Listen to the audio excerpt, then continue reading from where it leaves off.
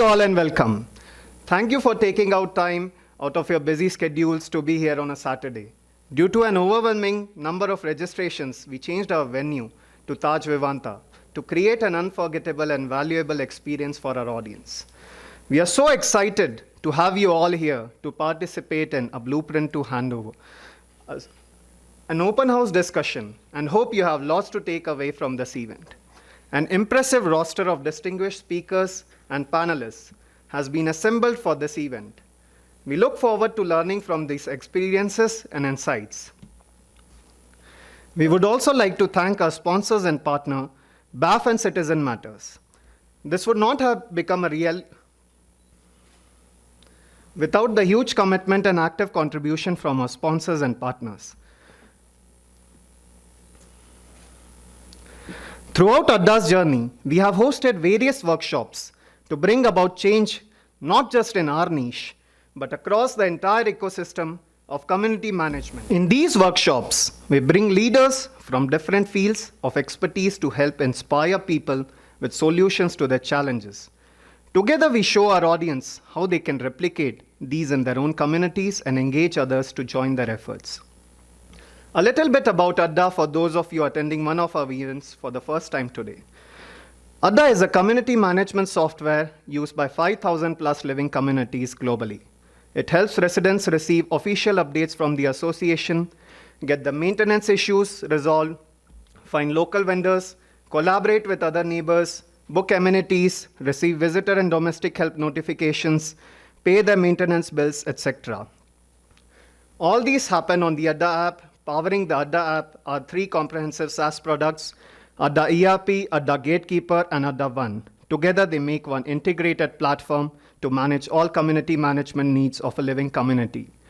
Be it a community with 50 plus apartment units or 5,000 plus apartment units. This residently friendly app fits both the needs. Adda has a global reach across countries such as Mauritius, Indonesia, Singapore, and the UAE. We aspire to enhance the digital ecosystem in these countries and increase the happiness quotient of our customers. Today's event is catered towards association and housing societies that are either in the process of undergoing or about to undergo builder handover. It is aimed at helping societies understand the nitty-gritty of a handover.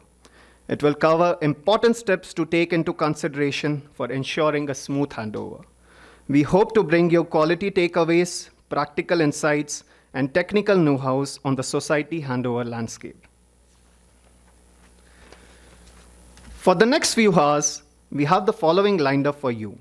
A welcome address, followed by an MC perspective, a checklist for builder handover. Next, we will be having builder handover, digital practices and global practices, which will be followed by a partner session, then we'll be breaking out for tea, which will be followed by a guide to handover audit, a consultant's perspective. Then we'll be having our Power Pack panel, which will be talking on operational aspects during takeover, inputs from customer service experts, builders, and MC members. Then we'll be having our lunch, which will be followed by the next panel, where we'll be talking about legal and regulatory considerations during handover, inputs from developer representatives, RWAs, and legal experts. Then we'll be having the vote of thanks, and we'll be breaking out. So let's sit back and join for us for this wonderful event. At the end of each session, we will have a 5-minute break to take questions from the audience. Now coming to our first speaker, Iswar Dixena. Iswar Dixena comes with over 15 years of experience in IT industry with core skills in IT service management, CRM, SPM, along with several other domains. With his skills, he has cultivated a right blend of stakeholder management, project management, people management expertise to build and grow the business through IT and digital transformations. A very active member of the handover phase of Prestige Sunrise. He will be speaking on a checklist for builder handover MC perspective. Let's welcome. A very good morning to all. So I will start my note, first of all, to thank Adda to bring everyone, all stakeholders under one roof. We have buyer, seller, builders, consumers. We have, the other enablers who help us, right? So thanks, and I do have 30 minutes for me to take this topic, and handover is such a vast subject. So what I will do is, like the first 20-25 minutes, I will go through the slide, and last 7 to 8 minutes we can take Q&A. So definitely a little introduction, and then I will share the handover process, from a management committee perspective, and we take the Q&A later. So about myself, my name is Iswar. I am obviously a proud owner in Prestige Sunrise Park, Birchwood. I was actually one of the early buyer in the apartment, and my journey was, from an early buyer to an ad hoc team. Where we generally used to interact with the builder, and then when the election happened, then I came into the executive committee. But overall, my relationship in this work has been for the last 4-5 years, and has been volunteering in this overall handover process. Prestige Sunrise Park, it is located in Electronic City Phase 1. We have overall 25 acres, and we have a 2-block, Birchwood and Norwood. And association-wise, we have 2 different associations, Birchwood and Norwood. I am representing Birchwood, as Birchwood is a separate association at this point of time. Yeah, so what I have done now, whatever I have highlighted in this presentation is based on my experience. So before we actually start, the handover, the formation of, so one of the very key important suggestion from my end will be is that to form the RW, to form the association, whether it is 1960, 1972. I know there are 2 major, but this is the very first thing you have to get it done to get your society registered, because you do have 12 months time. So that 12 months time is basically where the builder will give you the that your advance payment will go on. But after that point of time, the whole, as I say, the general body, if an apartment has 500 owners, you have to come forward, and you cannot do that unless, you are registered, because you have to be a legal entity before you go into contracts, vendors. So this is very much important. I have seen that many, because I have been in neighborhood connect. Many times this process get delays, because you have not got registered yourself, right? Now, after getting registered, you need to get your society bank account. This is very much important. You get your PAN, TAN, GST. Why I'm saying is that, unless you have these, many of the vendors, you will not be able to enter into agreement. And I've seen situation where, the 12 months is over and you have to run, because operation cannot run, right? I have seen the situation where one of the owner, they started collecting in some other account, but it becomes in a very unorganized way, right? So that is very much important. And definitely you should have one community management software, very much important. And needless to say, Adda is leading in that. This is very much, because what does it happens, moving ahead, whatever the financial, non-financial transaction you're doing, it has to get recorded somewhere. Today, we are living in the world of digitization, right? Though it is all good, for example, your asset management, tomorrow you're going to take over. So you need to get a good community management software where you can record all this transaction, definitely including all financial, non-financial, and then domain and email account. This has helped us a lot, definitely, what does it happens is that, once you start, you have your XCOM. So in fact, I'm proud to say that, we have bought, a business version of Microsoft 365, it is on cloud, we got our domain, so which basically help us to organize, all our work, right? So this is all thing which has helped us to move ahead. Yeah. So, okay, so a quick on timeline, and again, as I said, this is based on my experience. It can again vary, based on your situation. So the first step, as I said, is RWA formation, and after that, at a high level, you meet your builder, and you initiate the process. This is very much important, right? Because handover is not, which will happen over a week. To be honest, right? There is it can be in a very different state, right? Your inventory depends on inventory. Suppose an apartment is having 1,000 units. So there are various factors which will come into the picture, but you should start the document and financial handover, and after then, if your builder doesn't there are in Bangalore or many other the top leading cities, right? The builder, if they doesn't have their own the property management services, then this is very much important that you start identifying the facility management, because they are going to take care your day-to-day operations. And yeah, CAM collection. Money is very much important. That is something, because after 12 months you have to get your money, right? So all the owners who have bought the property, they need to start paying, right? That is very much important. And the fourth step is snagging and transition. Now this point 4, I will little emphasize, right? This point 4, snagging and transition. This is where the entire you need to have a very, like in your management committee or whatever the group of people, like a good thoughtful person, because you have to decide that how you're going to do that. Now snagging is, just to let you know, in a technical world, like maybe Bangalore is a software city, right? We all know about bugs, right? We say bugs, right? In civil, we don't have a bug. They call it as a snag, in a very simple word. So you have a building, and definitely, as I said, so that is something very important, like, and you have two choices, right? You could do your in-house, or otherwise, you can get expertise from external world. And in Bangalore, I must say that, like, you have very good companies, who can do this. And transition. So transition is very vast. Again, it includes all your transfer utility, plus your knowledge transfer from your builder workforce to your new facility management team. So a lot of work. And then finally, handover, takeover. So in this state, basically, the operation is in steady state with your existing facility management committee. This is the state, where you want to reach. And definitely in this point of time, you have covered the point 2, 3, 4, right? So you have got your corpus from the builder. You have started collecting the CAM from your owner residents, and your facility management team is all onboarded, and your snagging, the audit work, if you have engaged, that is all done, correct? Right? So that is where we reach into that steady state. Now in my next slide, since, as I said, we are the first term, so I will also going to share some of the stages where we are already in a steady state, right? Because we have gone through all these phases. Okay, so handover. So as I said, handover is quite vast. I've just put across, so let me go through, right? So you got your technical due diligence, MEP, audit. So this is the technical part what I was referring, right? Where you have to get your asset and equipment operational review.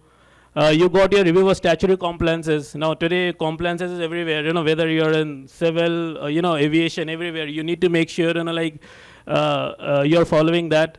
You have soft services due diligence. Now soft services include like your waste management, pest control, landscaping. So those things, because all these activities a builder is already doing it. So there's something which is already happening in your premise. You have to make sure that it continues, and it continues at an expected level. You got your safety and security review. So safety and security, like, I think this I will not take all of you understand. Asset validation. Now I think this asset validation is an area which I have personally feel that there is a large scope of and a betterment what we can do. We have gone through it. But definitely both from buyer and seller perspective, both from builder and RW perspective, we should. I'm a big fan of digitization, as I said in my profile, like IT transformation. So this is where like you tag all your asset, reconcile on your inventory, and there are a lot of assets apart from your individual unit. If you see around, like. You got your STP, WPTP, they're all assets. You have your pumps, motors, everything is an asset at the end of the day. You got your financial. So under financial, as I said, it is a corpus and CAM. This is again a part of handover, correct, right? And then you got your documents handover. Interestingly, what I did, like, definitely as everyone do, like before this presentation, 2 days before, I thought, like, let me do YouTube and, like, let me see, if I can, definitely I can gain, some content. And in spite, our real estate, is so large across India, it is so booming. But however, there is not many content, across the social network. What I have seen is that, right? And whatever I have seen, they mostly focus on, documents. So the moment you do Google, the first page you will come across as a handover is all the list of documents, right? So this part is an information which is vastly available over the internet. And that's what I thought, let me bring, other perspective, which actually I have learned, over my journey. And as I said, I'm focusing on two parts. As I said, the handover is quite vast. I'm going to focus on the technical due diligence and document handover, and a little on financial, because as I said, it was almost more than 1 year journey, which is again quite vast. Documents. So again, as I said, I've listed down, and again, this is not the full list, right, as I said, right? I've just tried, compiling the top one, and again, it's for guidance. So as I said, definitely, it start with your project completion certificates, occupancy certificate, your consent for operation certificate for equipments. Now, these are things very important, right? Your DG, left, STP. So all of you must know that, builder, they have played a very critical role. They have engaged, and again, builder also engaged with different suppliers, right? And the supplier, they do the installation commissioning. So make sure that you have you got your sanction plan, environment clearance certificate. I think all of you are aware of this. Fire, we have no objection certificate. Then electricity installation. Yes, if you are in a large apartment, like as I said, mid, small, so anything if you're beyond 500, definitely you will be having a transformer yard. And for those, your building insurance, yeah, this is quite critical. Like as we do for our own, your building drawings, your floor layout plan. I think floor layout plan, obviously, this will be with the builder. NOC license from electrical inspector of lift. Yeah, so lift is very critical. Now in Bangalore, we live in all high-rise building, right? So the moment you are there and the lift is already installed, they might be in your DLP period, but all of them, they might have, not might, they already must have got a license and then they could have operated it. Then your water load calculation. Water load calculation, as I said, is that like if you see in Bangalore, today, not Bangalore, across India, across globe, right? Water is is one of the major expense in a regular camp. I think wherever the underground water, I think probably those are lucky. But as I can say, in my case, in our case, we are actually close to 90%. We are expending. We are getting water from outside. Then car parking allocation record. Now this is something wherein all of you, yeah, so this comes with a unit. Then contracts with vendors. Yeah, this is also important because what it has happened when a builder is there, they have a lot of contracts with other vendors. So when you're going to continue after 12 months, you need to make sure that either you continue or either if you're going to revise, you have to get those details. All legal document executed between builder and landowner. Then your AMC documents. Yeah, AMC, yeah, this point number 15 is very important.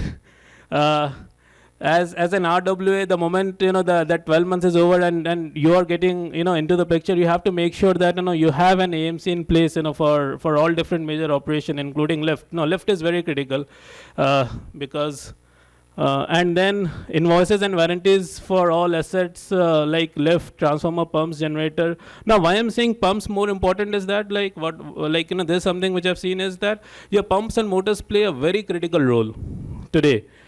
It is everywhere across apartment, right? If you're using a lift, you have a machine room on the top floor.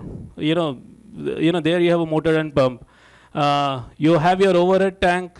There you have a motor and pump. You have fire and safety in your building, like you have a smoke detector, sprinkler system. They have a pump room, right? So this becomes very important that you have your warranties, because most of the manufacturer they give you 2 years in warranties. So make sure you take the leverage of that.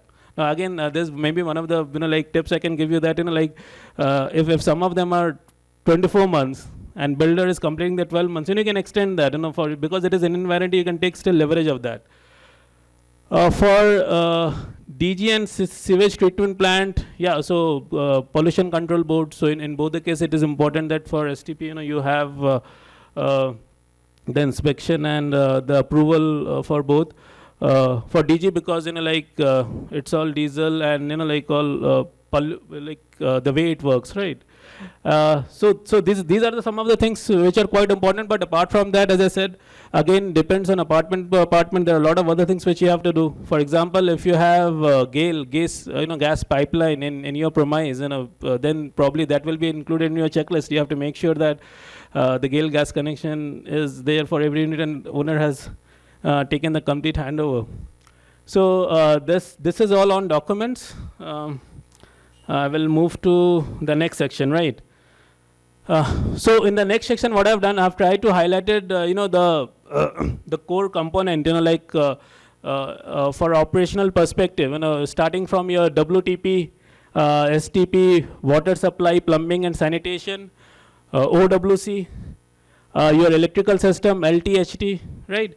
Now, LT, HT, why I said, because if you are in a scale of, definitely a bigger apartment, definitely you have those, and definitely the earthing systems, then elevators, DG, common area lighting and navigation light, your firefighting alarm detection, CCTV and security system, solar panel, in case if your builder has, because nowadays, so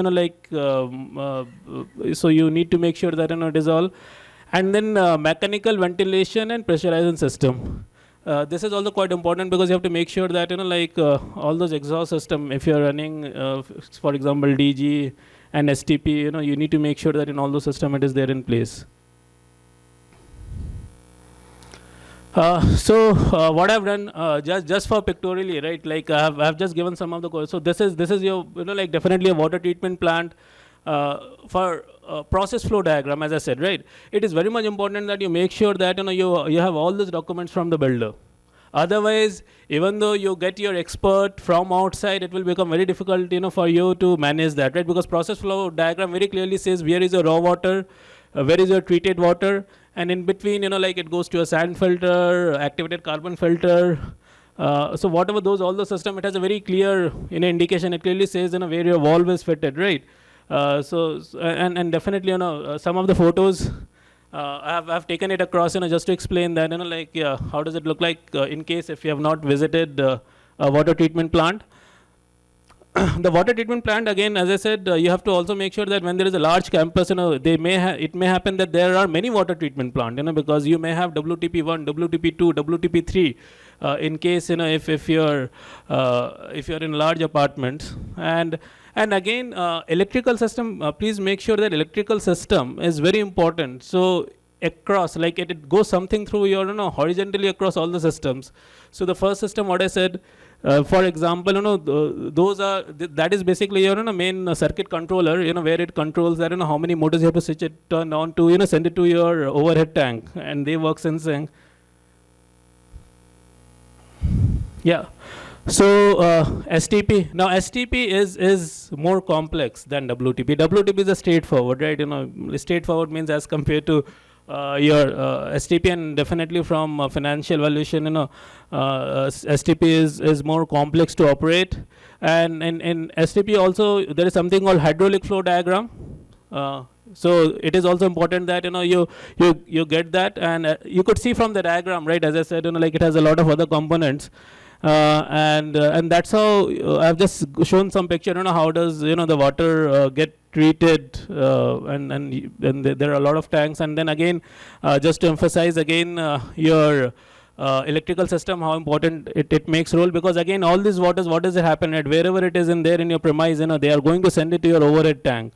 So overhead, generally in all the towers, you will be one domestic overhead tank. And for STP, for sewage, there will be another overhead tank. And this current STP approval process, I've just shared it. You could see that that's where KSPCB involvement is there. And most of the time, the builder might have already done this exercise. So there are two, the approvals, before they begin, they call it as a CIF, CFO. So these are the exercises which the builder might have done. But you have to make sure that you acquire that knowledge, get all those documents, because moving ahead, you have to continue. And also think for STP, there are specialized vendors, because even though if you are hiring any facility management team, right, from the mode of operations, STP, like I've seen that, and in Bangalore, there are specialized, companies, who only kind of, monitor and operate STP. Okay, now, so as I said in the beginning, right, I also want to show you that how we have been able to manage. Today, we have two WTP plant, WTP1, WTP2, there is one STP, they are all up, they are all running. So I just give you a thought, just to show the operational state, because this is the state where all of you want to go, right? That this is, you have your operation team, they are They are monitoring, they are making a daily log, right? And at the end of the day, as a consumer, the resident, he doesn't have any issues, right? He's getting supplied water. So on a daily basis, at an apartment level, we are consuming anywhere close to 300, 350 KL per day. Like 2 years before, it was 200 KL per day, definitely. But as I said, with the movements happening, and yeah, I'm basically also one thing which I generally say that our apartment, the occupancy is more than 90%. So you could understand, the occupancy level, zero inventory, all the units where it's sold off. And that's how, so it becomes more important now. So the moment, see, any apartment with 60% occupancy, any apartment with 90% occupancy, there is a difference. There is a more demand. When I say 90%, definitely the demand is more. And we do the water test report once in a quarter. Right, so we see all our TDS pH value, but yeah, TDS is not that great. But definitely, like in Bangalore, hard water. So some of the things, like even though when we get it from the tanker water itself, they are having. But but all of them, they are in a permissible limit. So that is one thing we want to make sure, right? Water quality test, right? There is a variation which happens, right? So all of them, they are in a permissible limit.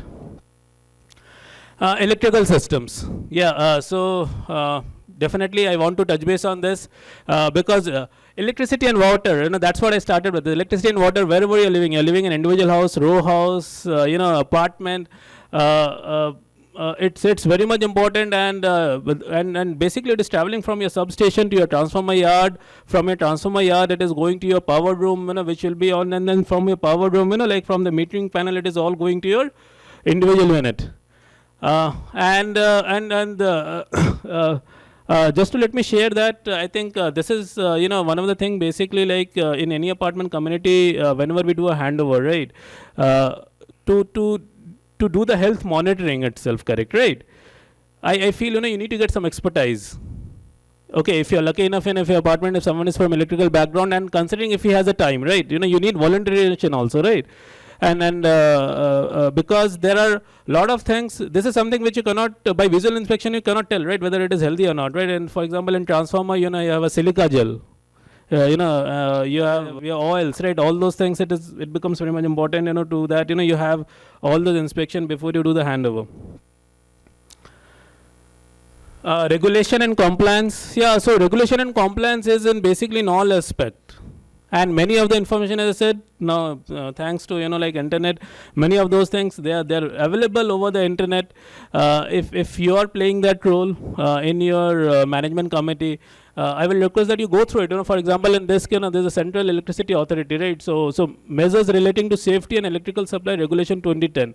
Now, this is applicable from day one when the builder started constructing this on site, right? And in an average in Bangalore, not in Bangalore, it takes across 3 to 5 years, like for any apartment, if it is on like 500 plus scale. And when the handover is happening, you have to make sure that you still apply. I've highlighted some of the section, but I think it is not readable. It says that for any apartment which is the height is more than 15 meters, for example, right? There are some instruction what they have to do. Similarly, for your all, high voltage, you need to have all manual. So there are a lot of things, which it implies.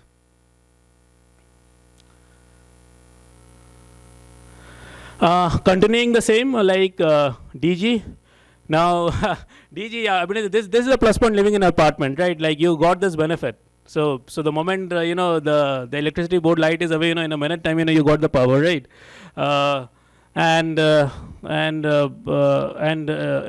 You have to make sure that this is where you need to do some calculation also, correct? Very important, based on your number of apartment, the overall supply and demand.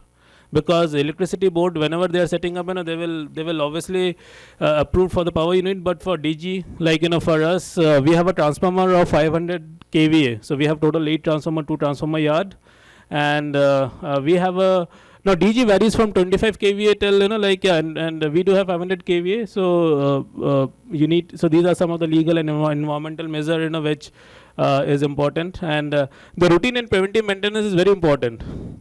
So you could see, it is daily, monthly, yearly. So in fact, as sometime I do visit my, like all these areas, with the property manager. So even though there is no offloading, even though there has not, electricity hasn't gone, but they have a check. They call it as A check, B check, right? And even though they will do this daily check every day, right? Which becomes important to make sure it is healthy and make sure that your diesel supply is there. We call it as a more inventory. So all the towns come with, like they have a diesel inside transformer, but their capacity will be less, right? For in my case, I think it can accommodate, like 750 liters, but 750 liters will not be enough. So we have another container which houses close to, like 2 KL diesel. So we make sure always that, we have diesel in excess. Yeah. And also breakdown maintenance, all the breakdown whenever it happens, we make sure that it is maintained in the register. Okay, now again, I'm just switching back to the current state. As I said, I'm going to give you the both. So after, what is our current state? DG power consumption in unit, you could see that, and this depends on, like how many load we have gone. And our common area consumption, this is only the common area, so we are close to 65,000 unit per month, right? 75,000 it varies, so that's how. And overall, also I want to touch base now, this whatever I've said, this is more at apartment level, but we have many complaints from individual apartments. So what does it happen? Basically it starts from metering panel. So as a resident, you should be, so for you it's like, yes, let me quickly take you through the other important system. As I said, the fire alarm suppression systems. And yeah, one of the things which I want to share is that the way to get started, this is something which happens, right? As I said, the 12 months, you start taking it, right?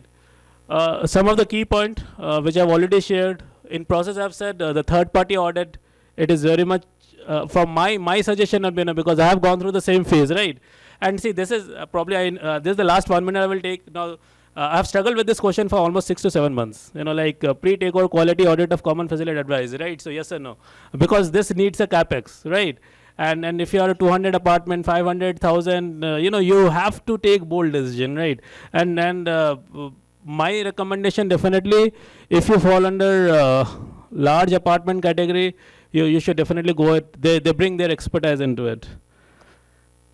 Sorry, I know I took all the time, but if anyone of you any Q&A, you can contact me. I'm still here, and this is my email address.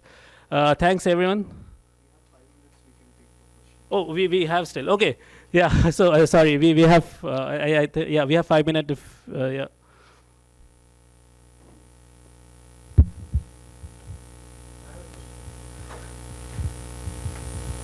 Yeah.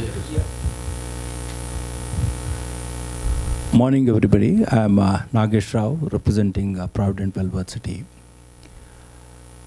Now, the question of registration. You mentioned that we can register in both ways. One is 1972 and 1960. Yeah, these are the two. Yeah. Right. Which is available, and yeah. Yeah, at present we have a registered document, DOD, and the bylaws. It is registered. Yes. Based on that, we are functioning for the last 5 years. Yes. Maybe it is a blunder at the time of taking over. Now registration, subsequently our people, one of the board committee members have registered it under 1960. But unfortunately 1960, at present, it says you can act upon only the cultural, sports, yes, social, that type of welfare activities, not into the apartment management. So we are in fact clueless under which act we have to register and what are the modalities we have to take up for registration. Yes, Thank you. Thank you. Maybe you want to answer this if, yeah, I think, yeah. Yes, this. Hello. Hello, I'm Gautam Kamath represent Bangalore Apartment Federation. I'm the president of Bangalore South Cluster also. Regarding the registration, it's a big subject. Basically, government or the courts are now looking at KAOA 1972. It clearly mentions for housing societies, whereas 60 is the old one. People are going for that. There is a lot of discussion. We can have a session on that itself. Yes. It's a huge session. I think we should get into that as a separate session. We can have a session. Your clusters can, wherever you are in BAF or somewhere, you can join and you can discuss those things. Yes. So coming to this, because that's a big subject. So, so other than that, Huh.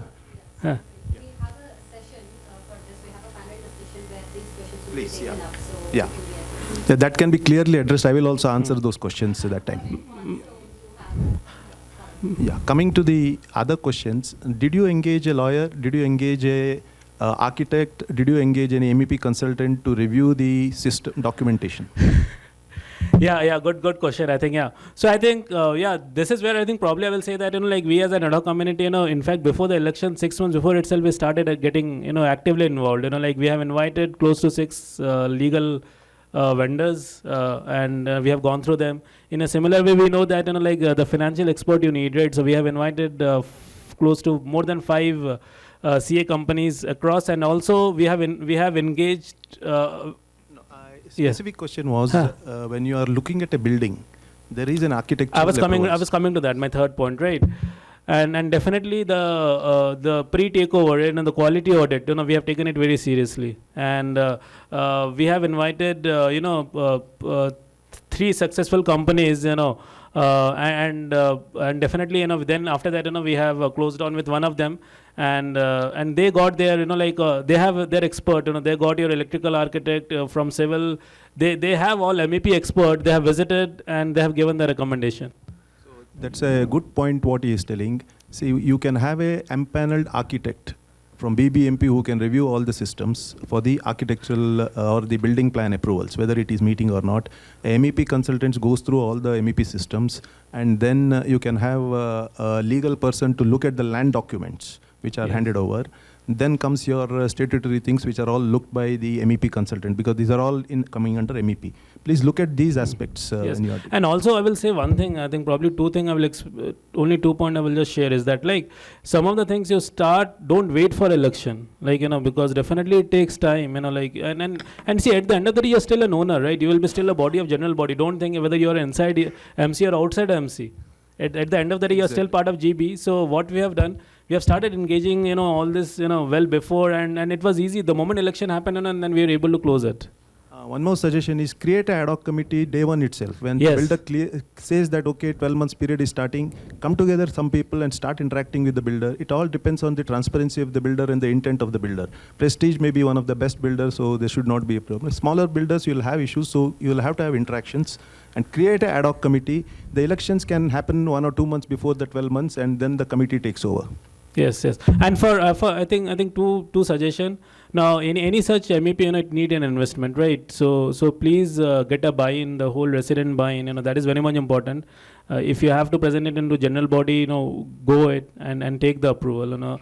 And their expertise and we cannot equally match. Like, let me be honest. I know many of the residents, they will send the picture in Telegram or WhatsApp group. That's there is a leaking. But that is something which you can look from outside, right? But how the system is from inside, you will never get to know, right? So at this point of time, I think there is a lot of opportunity. So my recommendation to any MC who's going to take an handover, get engaged. In fact, we have one of the expert team today, Nimadi, they are the one of the pioneer in that. Feel free to contact them. But my suggestion is, I think you should go ahead with it. I have a question. Yes.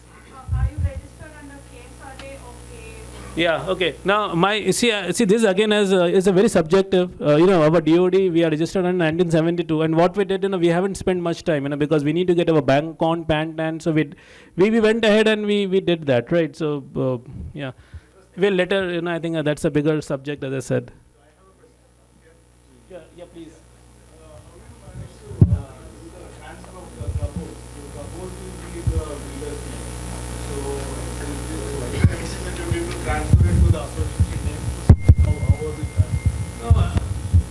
I think in our case it depends on like apartment to apartment. In our case it was not that way. For us, we got the whole landscape.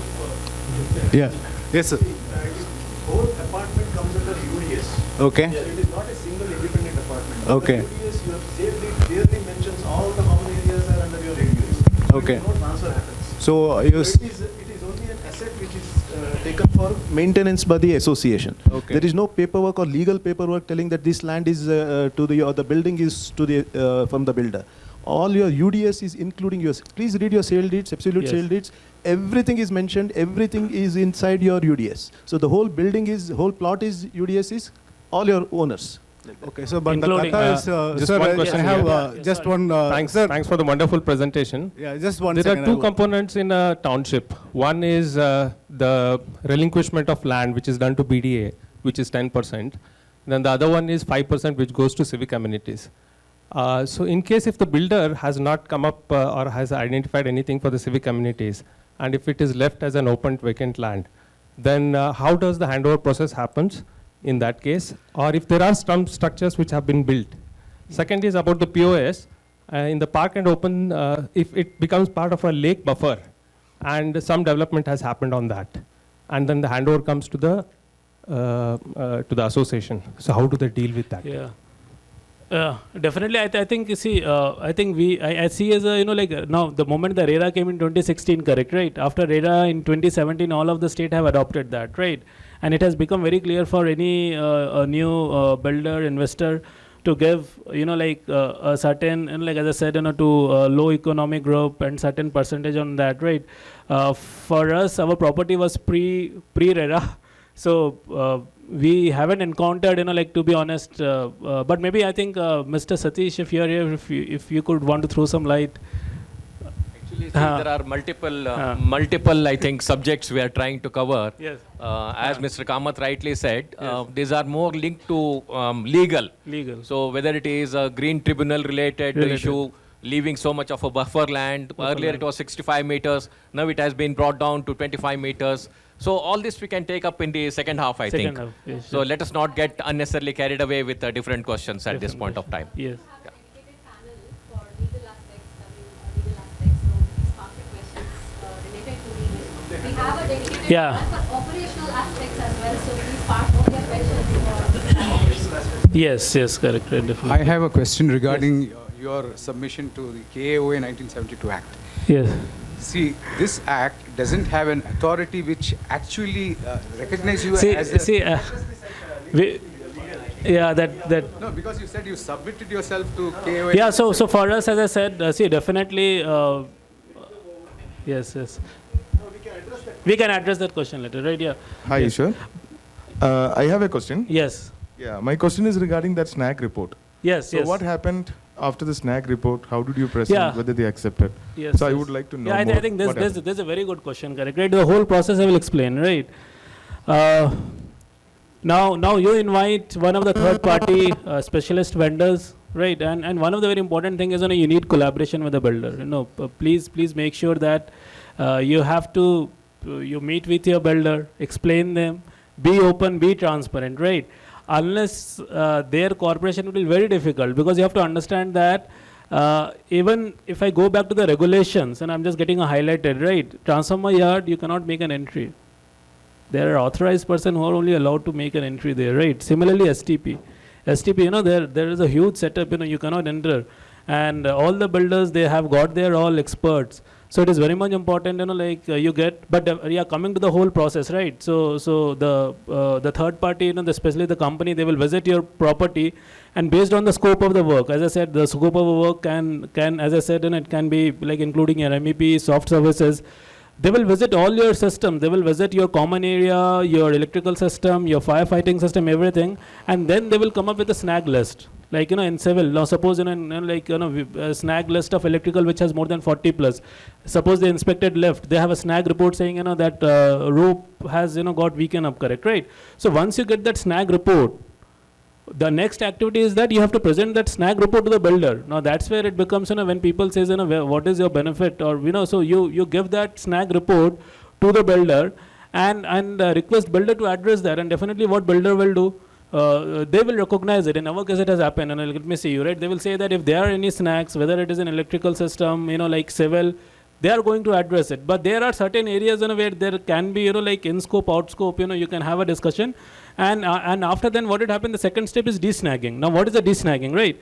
Now, suppose in a snag report, you got 100 snags. 100 snags is spread across your all different system. For example, your street light is not working, for example, right? Or you have a civil crack, you have a seepage, you have a dampening, for example, right? So this comes on a 100 list. Now, out of 100 list, what builder does? Builder says, okay, that out of 100, they come back and they say that, okay, 80 point have addressed. They will put a remark, right? 80 have addressed. Now, as an expert, as I said, right, who will validate those 80 has been, whether done or not. So in that case, whatever, there is some, like desnagging also they do. So again, that again a separate exercise, the expert comes and then they validate that, okay, all those work has actually been done or not. So that's how the whole overall, the snagging, desnagging and, handover takeover works. One more additional question to that, adding. Yes. So we'll take all the questions post 3. You can take all the media and press. We always work in the interest of the general public, mass. Definitely. Nor I am a builder, nor I am a tenant in any apartment in Bangalore. I don't have much problems I have faced. Maybe I think I'm staying in my own house. So I don't want to attribute my questions arbitrarily.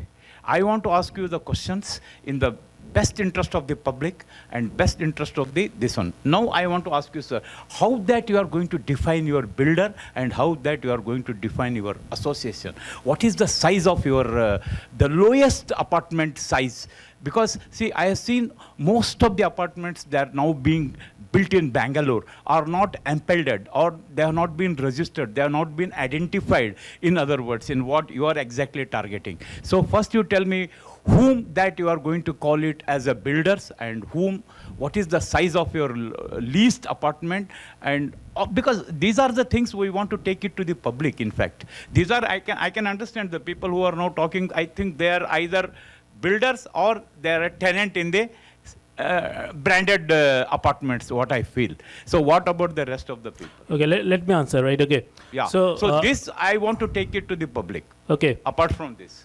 Yeah, so Prestige Sunrise Park, Birchwood consists of... I know, who are you are targeting? I know there are some 5 to 10, 15 trusted brands are there. So you are targeting only that, you call them as a builders and the people who are staying there as a talent. No, so what I will do, I will just state the numbers and fact, right? So the numbers and facts are very neutral. So it contains 864 unit. And definitely it contains apartment, from 1.5 BHK to 2 BHK, 2.5 and 3 BHK. So that's how it all varies. And as I said, the occupancy is 90% as of today. The builder is Prestige State. They started constructing this apartment, 2013, and definitely it took, when we took the handover recently, and we are the first association. So as a builder, we, as I said, definitely if you want to share my experience, I think I must say that, right? That definitely both from the vendors who are working across, right?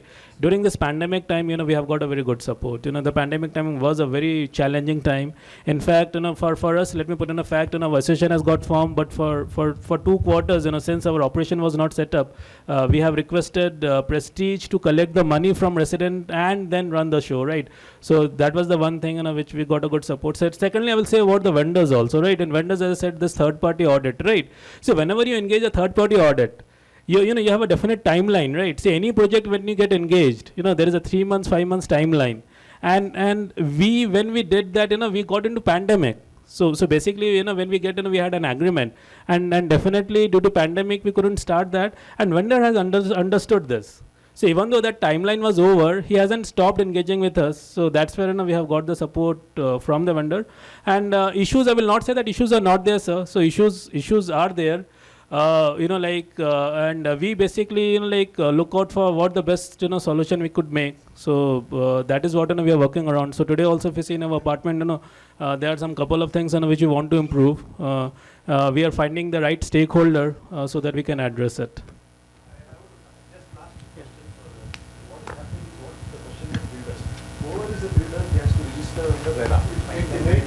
The minute a builder is registered under RERA, so normally everyone should buy only apartments only from the RERA registered builders. So otherwise it becomes another, there is no safety for them. So the question is very clear.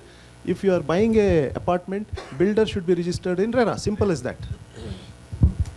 No, in fact, my another observation was what is the size of the apartment? There is no size, RERA. That's what. No, registration. No, registration in RERA. Registration is RERA.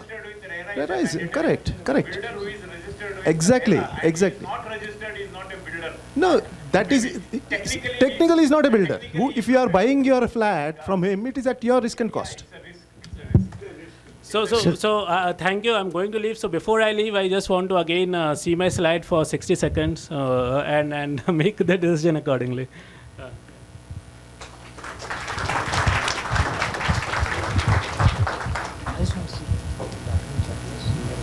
Thank you, Iswar, for sharing your vast knowledge of the subject. I now call upon our next speaker, Ashika Shripati, CEO of Adda. She'll be speaking on Builder Handover, digital practices and global perspectives. Ashika has been a part of Adda since its inception. A postgraduate marketing from PS College, Bengaluru, and engineering in computer science, having 15 plus years of experience in SaaS. Ashika is passionate about sustainable best practices in the community living ecosystem. She has a rich experience onboarding customers in different stages of life cycle in community management space and passionate about customer happiness.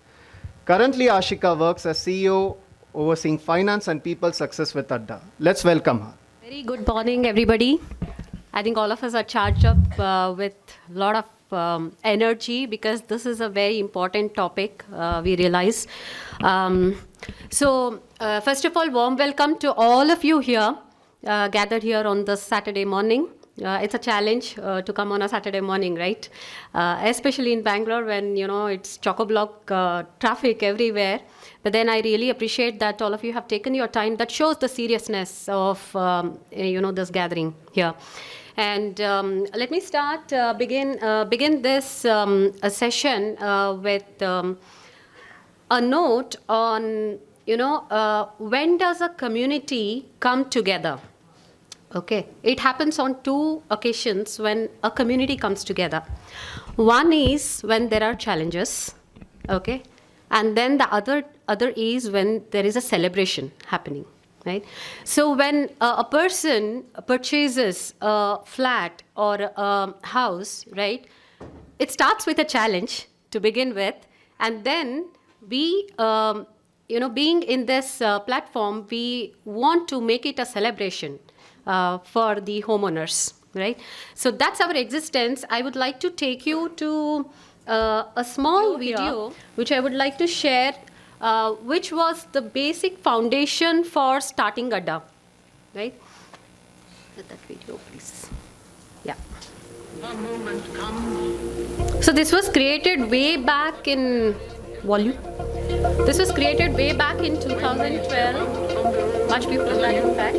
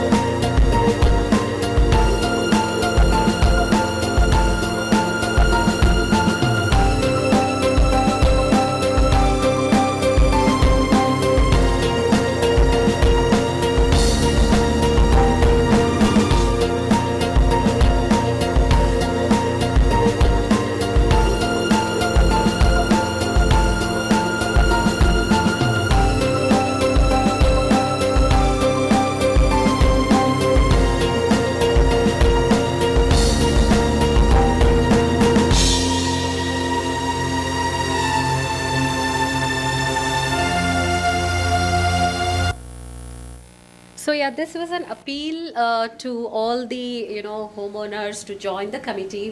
This was a small video which we had created, which says that oops, sorry.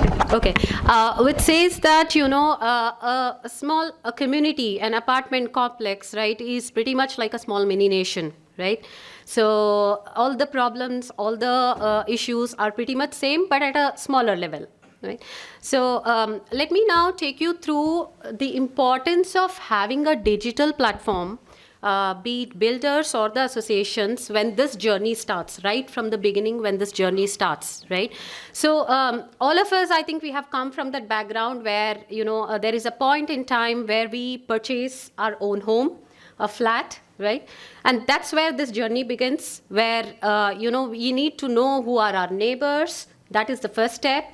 And then we need to know who are other vendors or the stakeholders. How do I collaborate? How do I, get to know if at all I have any issue? What is the progress of my flat? How do I take over? All the things. Like all these things are the questions that come in the mind of a homeowner at that point of time.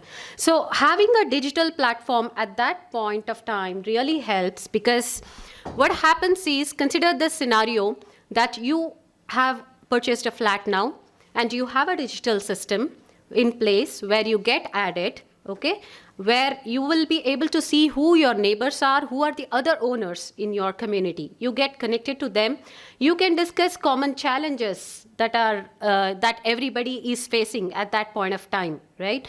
And then what happens is, there is collaboration with the builder, there is collaboration with other stakeholders who operate in that, particular community.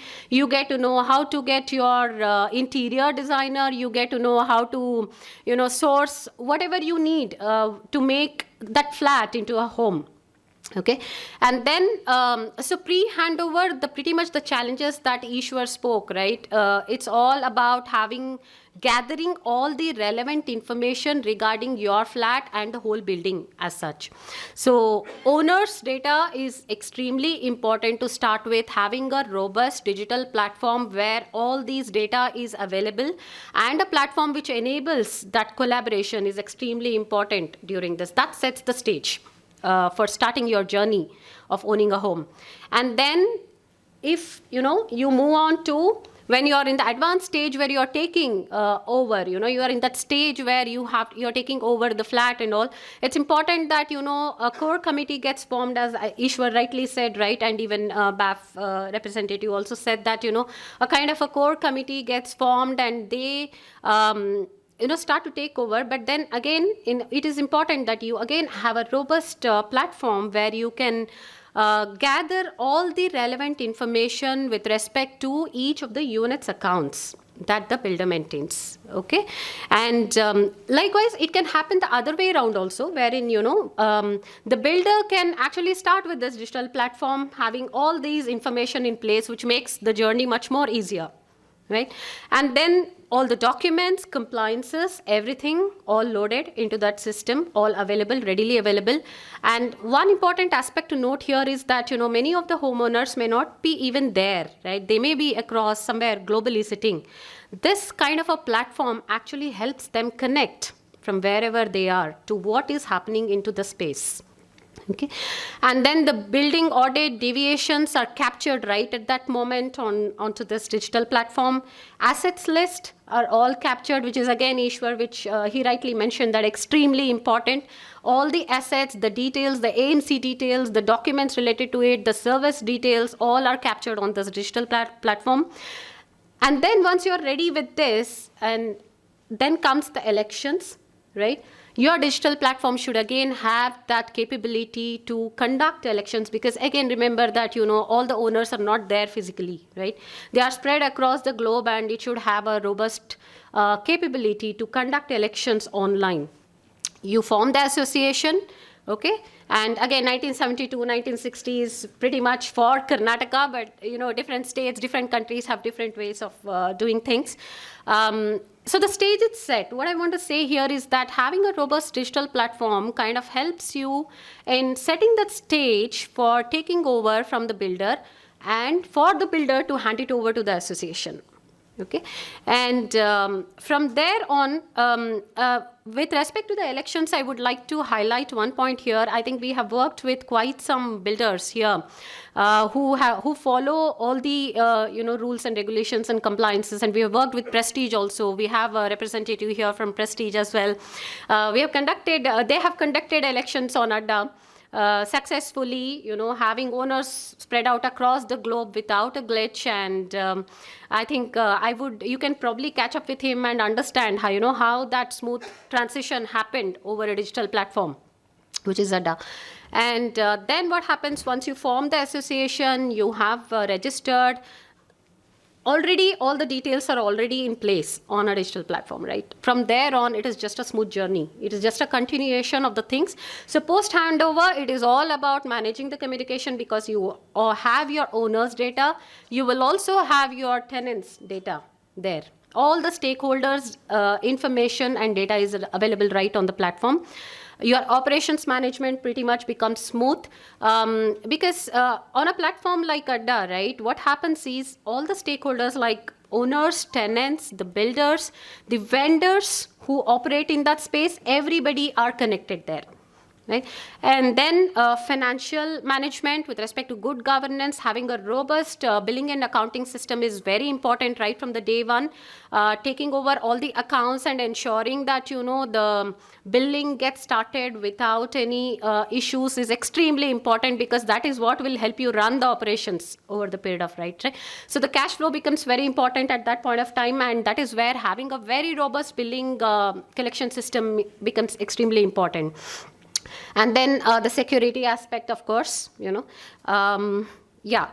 with a digital platform, consider that, all these things are kind of taken care. It sets that stage for you to manage all the things smoothly, right? Data consolidation, then documents, access, up-to-date accounts of each unit, assets consolidation, and all the compliances, every information, everything is in one place, right? So let us go back to the 2009 to 2022, how the landscape has changed. I think I belong to that genre where, in 2009, I was a homeowner. And back then, there was no digital system. It was all on Orkut, and Facebook was just coming in. So the communication was all on Google Groups, Yahoo Groups, Orkut, and, Excel sheets. All designer. It was all spread out. It was all in different places. That's the reason Adda was born. And, later on we have other players as well in this. But then, so that's 2009 to 2022, if you look at it, that's the landscape change that has happened. The challenges that were there back in 2009, the very point that is being discussed here about registering, whether in 1960 Act or 1972 Act was a big hurdle. 1972 was out of bounds. Back then, right? But now it is not the case. Having RERA, which has come into picture now, and then registering in 1972 is much better now than what it used to be back then. And I think pretty much what I hear from our customers is that it is much easier now to register under 1972 Act, and the other challenge was of differentiating what is an apartment complex and what is a villa community, right? Villa community were totally out of this ambit of registering under 1972 Act previously. But now that hurdle is also crossed. They have been classified. What I understand is that they also have been classified under gated community purview, and they also can register under 1972 Act. So the landscape is changing. Pretty much all the challenges that were there in 2009 are kind of like, addressed. And now what we foresee is that the kind of challenges that are coming up is with respect to managing huge townships. I think that is where the things are going, where everybody is focusing on creating these smart cities, those neighborhoods where everything is available. It's an integrated township kind. And managing that, the scale of operations, whether, single association is required or multiple association is required across the blocks, that becomes a challenge now going forward is what we foresee. And very important thing, emergence of associated companies who assist in smooth handover. This is not there right now so much in India. This is what is present globally, wherein the associations do not manage anything at all, like in Singapore, Dubai, and all. There are professionally managed companies who manage all these services on behalf of the associations. But here in India, it's associations who take charge. But we are seeing quite a lot of emergence of such companies in India too now. One of the sessions that we have today is about one such company, right, which does this professional management during this handover process. So pretty much the takeaways that you can expect from during the course of the day are there for the builders and developers, right, and homeowners and residents, whoever are part of this. You will have a lot of takeaways, and then the governing bodies as well. Right? And why ADDA? Just a brief about it. So we have more than a decade experience in this, very focused in this niche. We are very passionate about bringing the whole ecosystem together and ensuring that this ecosystem stays, thrives. Right? And we are spread across 3,000 plus communities and fully compliant with RERA across multiple countries. This is again very important. When you're adopting a digital platform, it is important to know that, whether that platform is, compliant to the laws of the land. Right? So on that aspect, we at ADDA are very, very, we take it very seriously when it comes to compliances, and it is completely compliant with the laws of the land wherever we are operating. So we have integrated with Dubai, Molak system, their laws, and in Mumbai, ADDA follows on dot the bylaws, the Maharashtra bylaws, right, whatever is there. So that way, every state in Karnataka, whatever is the statutory compliance that is required. So we ensure that, our system, has all those things in place. That's very important aspect because you don't have to worry about the compliances in the presence of such a system. So we have a suite of products, which is the ERP and Gatekeeper to take care of the entire thing. And these are some of the testimonials, feedback from builder perspective, from the professionally managing companies perspective from Dubai, and then from, Bangalore. So we have been working with all the stakeholders in this space, right, from builders to, the vendors to the associations. And we are very passionate about the space. Right? Yeah, that's it I have on this, and thank you. And so there are sessions, as I mentioned, right, there are sessions dedicated for legal aspects, there are sessions dedicated for operational aspects, and how a professionally managed company can help you with this whole transition. So keep your questions for these sessions, and all of us are there here. You would like to know more about any of these aspects, please feel free to reach out to any one of us. We're there here. Yeah. Thank you. One question on the slide. Yeah. Yeah.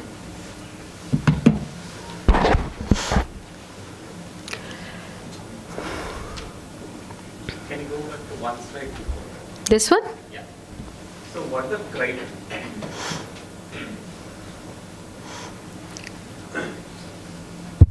Okay, thank you. My name is Dhananjaya. What are the criteria for this trust for top brands in real estate? On what parameters you are saying these are the trusted brands?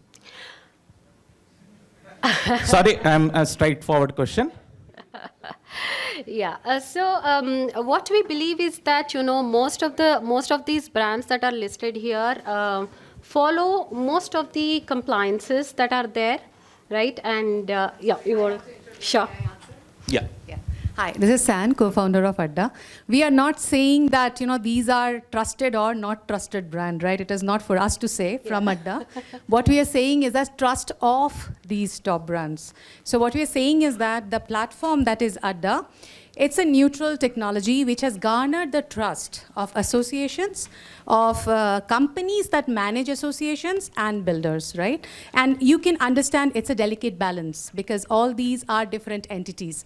But at the end of the day, we all want a thriving, well-governed community, right? And that is where our entire platform is built. So I think it is a bit misunderstood.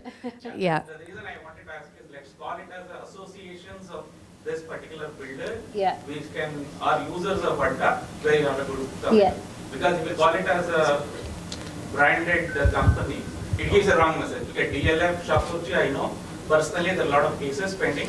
Again, I think this is being misunderstood. What we are saying is that Adda has garnered the trust of these companies because they've been using it for years and have seen efficiencies in the overall operation. You know, at the end of the day, software is a tool, right? And it's the entities which are trusted, not trusted by few or not, things like that, right? So I think this slide is misunderstood. Yes. Yes, sir. Very good presentation, very apt and also to the point. I think covers a lot of information here. Just one question here. You said that journey from 2009 to 2022, that's like almost 13 years.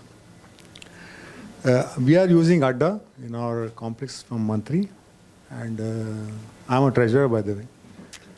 And I see some basic flaws in that system, actually, basic flaws. And I call them as fundamental problems, actually, because likes of deposits from non-vendors is not there. You cannot, for example, also issue a credit note to a vendor. So these are all very basic accounting transactions which are not there in place.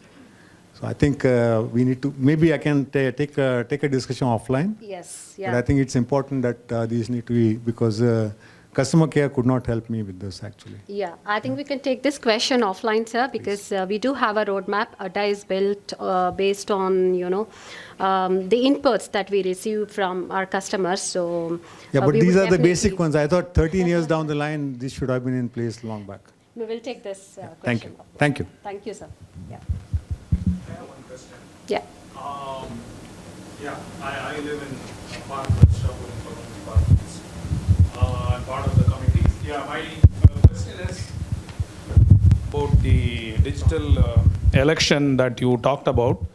I do not know if this is addressed by Adda recently. In an association like ours, where we have multiple towers, multiple associations, registered associations, Adda had some challenges in the past of, because there's only one, builder has taken only one Adda account, I think, for everyone. Right. So there were some challenges in having elections when the association itself is structured as each tower is having an association, an apex association representing all towers.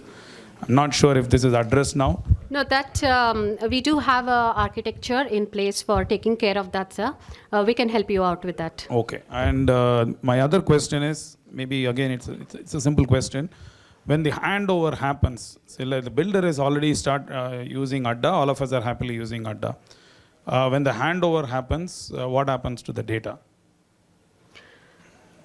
What kind of data, normally in your experience, the builder is happy to transfer and is resisting to transfer?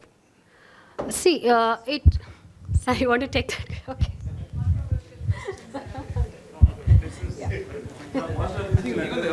Yeah. See, I think no, there should be conflicts, controversy management, because what are we talking about? We are talking about the most important asset in our life, right? Which is the property. All our life savings are sparked in a property, and there are two stakeholders, builders and association. You are very right. The builder does have data that is, I would say, confidential to their organization for various reasons, right? During the construction period, during the mandatory maintenance period and all that stuff.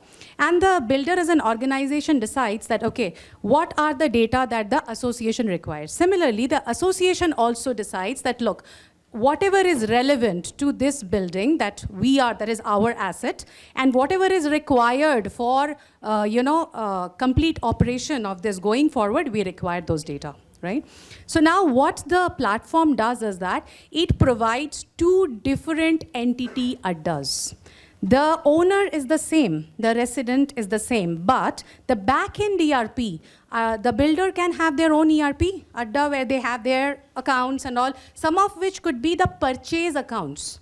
There are builders who use Adda right from the point of booking. The flat is booked, they start using Adda for sending them reminders on the EMI payments and all that stuff, right? They could have those data here, and the association can have their own ERP. These are two different entities because the builder's books of accounts is different from the association's books of accounts. But both are serving to the one owner. The owner doesn't have to bother that I go there to interact with builder, I go there to interact with the association. No, this is my property, I get onto my Adda app, I can see information coming from both builder and association. That is to do with the owner. Now, the handover of documents and data from owner to the association, builder to the association is what we are discussing, as in, how to do it in a wholesome way where both stakeholders have their interests taken care of. And that is something that is more of a process, more of an understanding and agreement rather than the platform itself. The platform will just store whatever you would decide to store on it. Yeah, but more around practices. The builder has their own interests to protect. But at the end of the day, the data belongs to, it's just like saying, hey, you are standing there, if I take a picture, does the picture belong to you or does the picture belong to my camera, right? It's like that. The data is, all the data is collected, assets data, every asset belongs to us, owner, represented by association. It's there in my DOD. But the asset life, asset maintenance, if the builder is maintaining everything in the Adda or not, would Adda come to association and tell? No, we won't. Where is the power connection? No. We see, our thing is that it's like this. We have built this hall for you, right? Now, who uses this hall for what seminars and all that stuff is up to them, right? It's like that.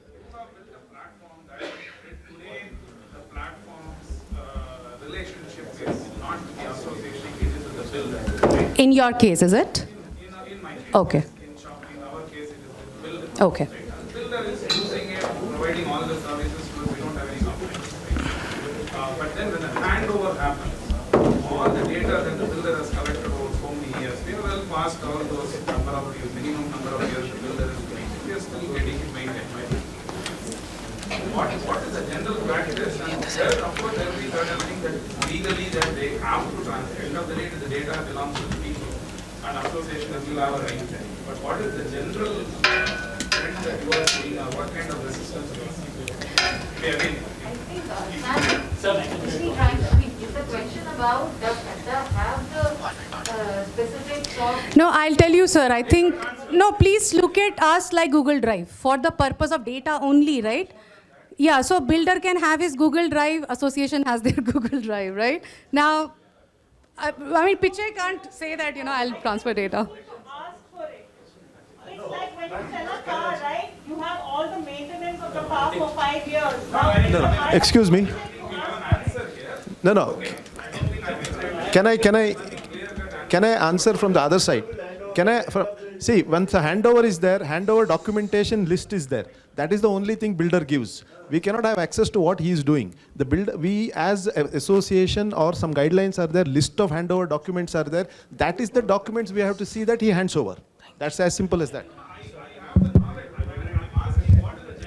No, I have gone through this, so maybe I will give a very aptly answer, right?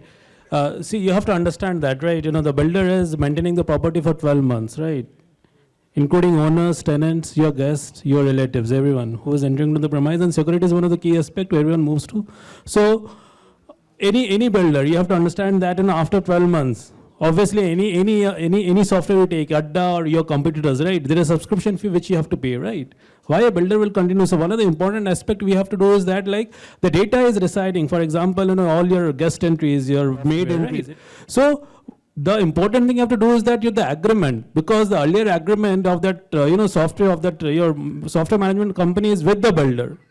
You have to now, since as I said, your registration has got registered, you have PAN, you have TAN, right? Now you get into a new agreement, and then I have not seen challenge that then definitely in that the same instance will get transferred to you. So the agreement is most important part. so whether it is Adda or any other product, right? Once you're taking an handover, right? You have to start paying the subscription. It is like all annual subscription. So the moment you pay the subscription, the data, whatever is residing, for instance, because they will create one instance in, in Adda, it will be a particular apartment A. So whatever the data is under apartment A, that will get transferred to you post the agreement, and then you will be in charge. You will be directly in charge. You will be directly interacting with Adda as a customer. But unless you have signed an agreement, if builder has purchased the subscription, again it's a yearly subscription. Even builder also doesn't pay after a year. Maybe that will not continue, right? That's the annual subscription model in which Adda works.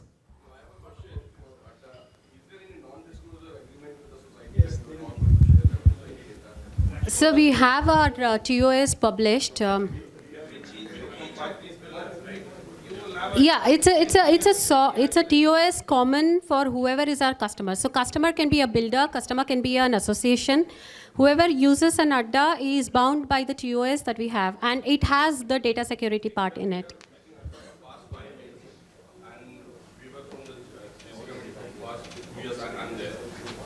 But no one has signed any agreement with us, like it's a formal sign-up, right, with the association members that your user data, your residence data will not be shared with other societies. So but it's happening actually. And I have told many a times to the people who are managing our society, but they have never come to us and they never ever discussed about the non-disclosure, because we are doing multiple things. And our user data is most important to us, but no one has discussed with us. I don't know how you are saying that it is being managed. Is there any clause or something you have that, yes, we are managing it? So, data, asset data, that's the wealth, absolutely, that is the wealth. So there are 3 acts that we comply with. One is the PDPA Act, Personal Data Protection Act of Singapore. I need to I'll come to that. I'll come to that, sir. I'll come to that. So PDPA Act of Singapore is known as one of the very strong data protection act. GDPR, which is only for EU residents. So we know in Bangalore itself, there are some European Union residents who are their tenants. So they are still covered under the GDPR Act. And there is a DPA Act of India, which is still not passed, but it's on the table. We have studied those also.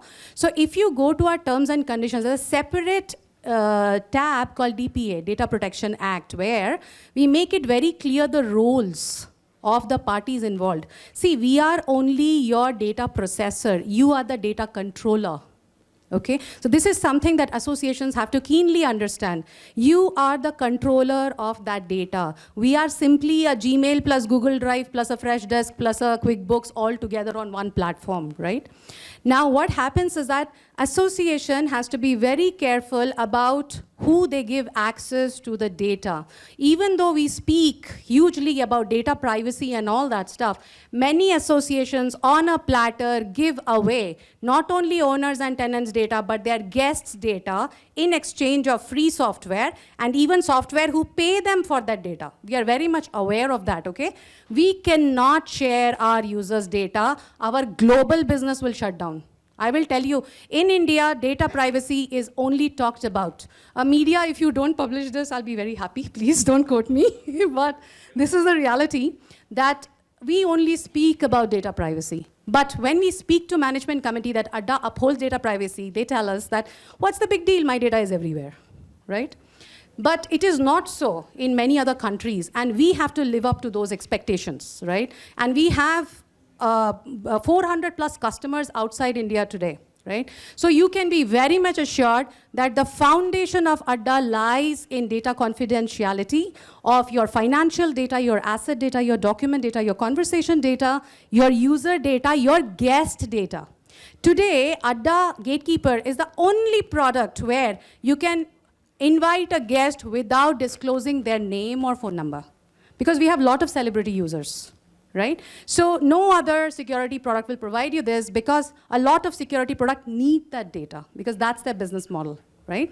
So this is something that we are very no-nonsense about. If you have found there is any instance where you believe that your user data was leaked from our platform, please write to me, san@358.com. We will make sure that it is resolved. For example, see, I agree that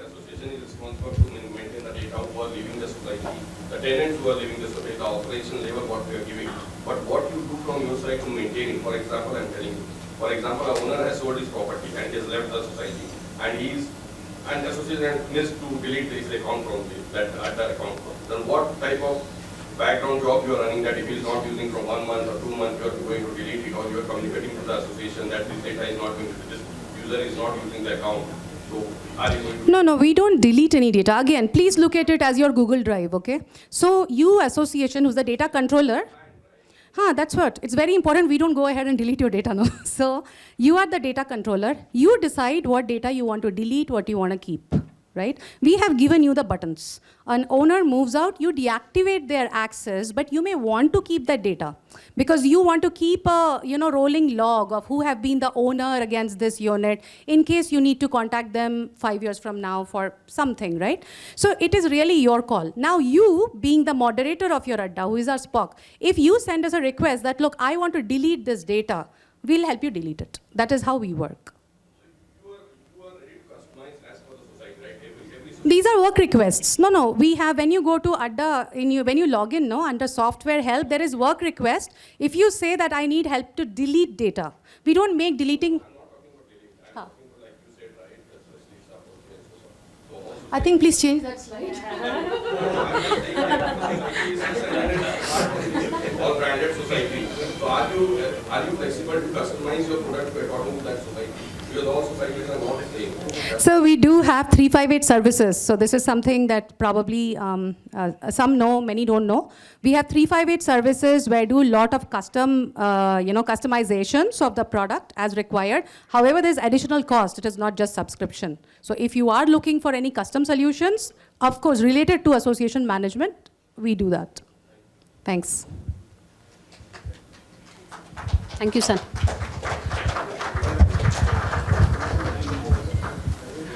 Thank you, Ashika, for enriching our understanding of digital practices. Now we have our sponsor, Tilt, who is making life healthier in communities. Thank to everyone present here. How's everyone doing? So I'm representing Tilt. So at Tilt, our vision is to reimagine fitness. So how do we do this? We install premium bicycles at apartment complexes free of cost. So as I said, our vision is to reimagine fitness. So at present, we have around 5,000 plus people using our services, and they mainly use it as a fitness and leisure aspect, and also have fun with their friends and family. So currently around 5,000 plus people use our services in various apartment complexes. So the concept is such that this is for internal usage, wherein the bicycle stations will be present inside the apartment community, and only your residents can use them. This is not like Bounce or Yulu where, they are trying to solve intercity commuting. This is for, internal usage.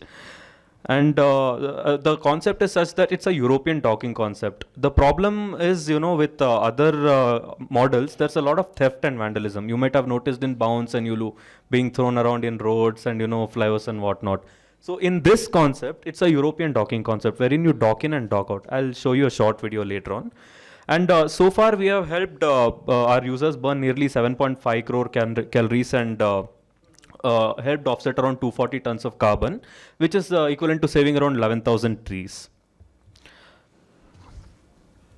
So this is a photo of one of our stations. This is at Salapuria East Crest near Old Madras Road. This is what a one station will look like. It consists of 4 bicycles.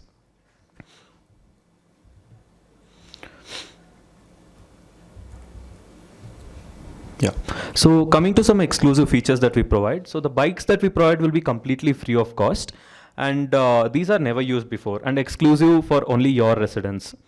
And the riders will also be able to track how much calories that they've burnt, what is the amount of time that they've spent, and whatnot. And we also run fun contests and schemes so that you can track and earn points and also redeem it against our cycles.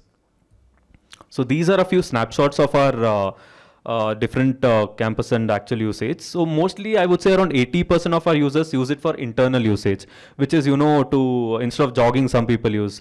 So a fun fact is, if you're a fitness enthusiast, you might know walking for 1 hour will burn around 250 to 260 calories. Whereas when you cycle, it's double.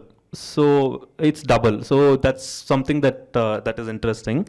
Yeah, as I was saying, so 80% use it for internal usage, and the remaining 20% they use it to go out, get groceries, or maybe go for a long ride and then come back. So I'll be showing you a short video on how our tilt locking and unlocking mechanism works.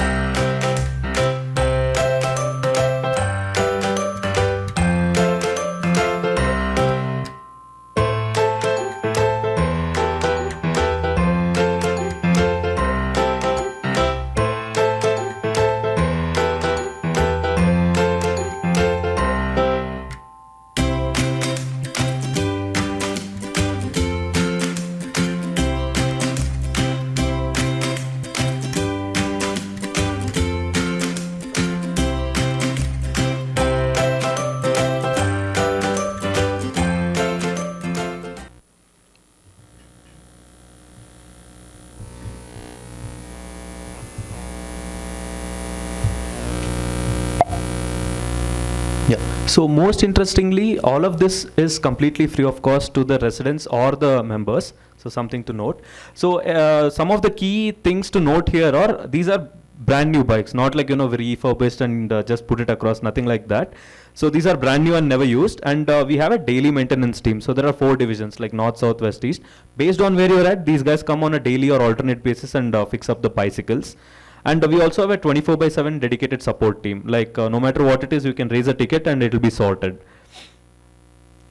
So therefore the key takeaway is that, at no cost of any kind, you guys, the residents as well as the RWA association will get a free amenity, and you also get your own dashboard and whatnot where the riders can track how much calories that they've burned, how much time that they've spent, and the association how much revenue that they've earned and all that.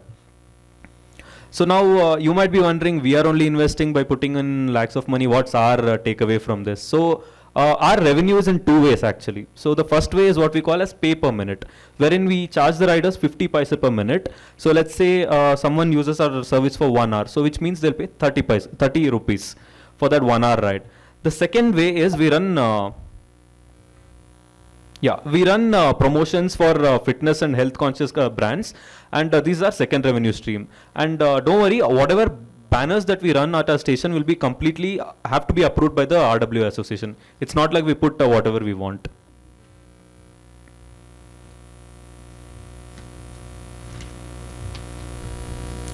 Yeah. So like I said earlier, these are some of the campuses that we are present in. So mostly in Bangalore, we are pretty new, like around 2 or 3 months. But before that, we have been live in Mumbai and Pune. So we have around 25 campuses in Mumbai and Pune, and in Bangalore we recently launched. So we have around, so these are some of the snapshots of our initial Bangalore launches. That's Ozone Urbana near International Airport, SN Andrad Serenity at Begur, Shobha Dreammakers at Belatur, and Salapuria East Crest at East Crest. Yeah, so in Bangalore, we have around 40 plus communities live and upcoming.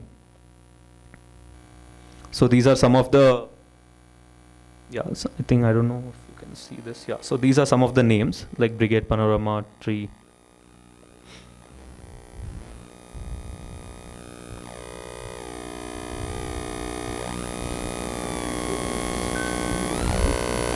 Yeah. So these are some of the reviews left by the users, like who you ride the bicycles. They absolutely love our services. In fact, you won't believe this, many, some of our, I would say at least like 20% of our leads have come through referrals, wherein the residents have friends in other campuses and they refer us. So it's been like that as well. So I'm sure many of you have a lot of questions regarding, one second.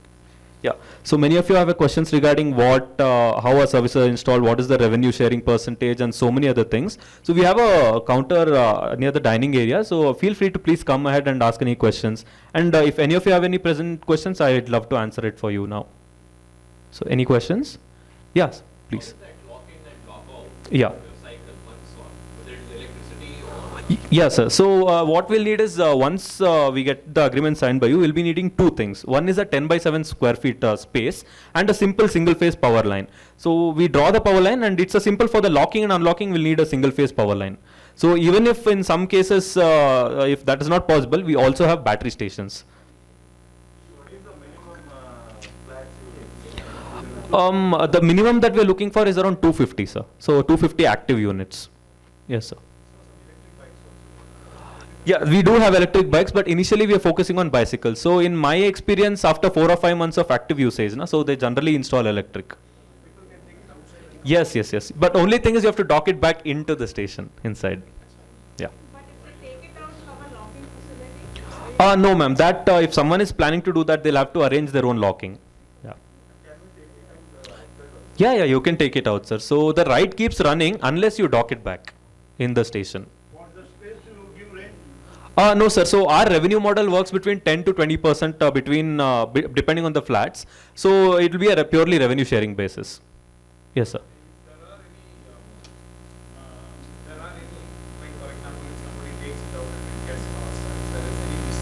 Yeah. Yeah. Yeah, I get why you're asking, sir. So you're worried about the theft, vandalism, and whatever. Yeah. So, got it. Yeah. So, yeah. No, sir. You don't have to worry. So, it's a simple 2-page agreement that the association will have to sign. It's clearly mentioned that. So, even in such an extreme scenario, right, the association or the members will never be put to blame. So, whatever it is, we'll take it up with the rider himself or herself. It depends, sir. Like it's inside the campus, so we are focusing for internal usage. So this is for inside the apartment community. Yeah. You have to bring it back to your same community. You can't leave it. Yes. It has to be for that in the same community. Yeah. So that's the thing, sir. Yeah. Yes, sir. So you have told that the banner which has given you 10 by 7 yeah. you can use for other brands to promote them. Correct, yeah. I didn't. The banner where you are there, you are generating revenue in 2 ways. Yeah. Starting for maybe the second thing is It's the promotions. wellness brands over there and making the difference. Correct. Covered in any agreement that you are going to put their brands on your banner. So that is. Yeah. Banner which you have taken to promote the tilt brand. But you have never ever discussed anywhere in an agreement anywhere because I am using your thing. Okay. Surprised to know that you are telling that you put the wellness brands there and you create revenue from there. Okay, no, I just said that as a reference point, sir. So whatever, but you might be knowing this, whatever brands that go up on the board, that has to be approved by the members. Yeah.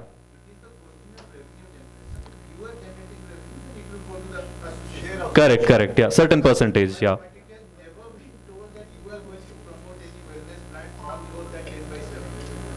I think as usual, sir, like for instance, right now we are running Car Deco, and then I think we had a few other fitness. Okay. Our speaker Uday Simha Prakash, founder of Nemmadi.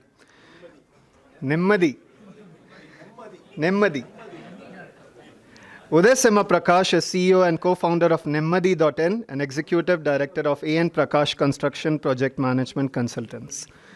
He is an IT industry veteran and is currently making a splash in the quality in construction field. He has extensive insight gained on the job while growing a knowledge-based organization with interest in processes, quality, and efficiency.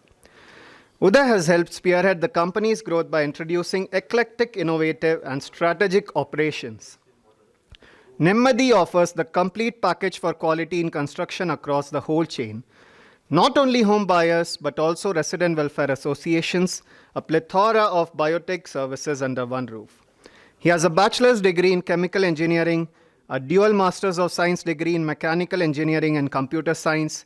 He has completed the management program of entrepreneurs and family business from IIM Bangalore. He is a multi-domain professional with a varied educational background, buttressed with multicultural experiences in the USA, Europe, and India. He will be speaking on Guide to Handover Audit, a consultant's perspective. Over to you, Uday. Good afternoon. My name is Uday. I am one of the co-founders of Nemadi, and the word Nemadi is vernacular for peace of mind. That's what we endeavor to give our customers, who are not only resident welfare associations, but also individual customers who I'll tell you about. When we talk to different management committees, the question they ask us is, we have purchased this property from reputed builders. We have a lot of belief in them, and we know that they're going to give us a good property. Why do we need to get a resident welfare association audit done? Apart from that, they also say there is a facilities management agency that is involved. So why is it that you need to have this particular audit? Our debate or our rebuttal to that is twofold. One, we always say, yes, we trust everybody, but it is always good to verify. Trust, but verify. None of the people come in to try and cheat you. Nobody comes in trying to dupe you. After all, construction is something that is human-driven. At the end of the day, the last leaf on the whole chain is based on a human trying to do a job. There is always a potential for a slip between the cup and the lip. So it is always good to get yourself checked. There is nothing wrong in checking. There is always a third-party audit where somebody who's a consulting engineer like us comes and performs this audit. The second part of that is you have a facilities management agency. We don't have anything against a facilities management company. What we always encourage a management committee to do is ask yourself the question, is it possible for a facilities management organization that is part of a sister concern of the builder themselves to do an objective job of what is happening? Will the FMS be able to provide an audit without any bias? Will the left hand be able to punish the right hand? Once you get an answer to this, you know where you stand. Once we're able to convince our clients and when we move on, the next thing that they ask us is, what does your audit entail? What we end up telling them and educating them in most cases is, the audit is 5-layered. You have an audit that takes care of your MEP, which is jargon for mechanical, electrical, and plumbing.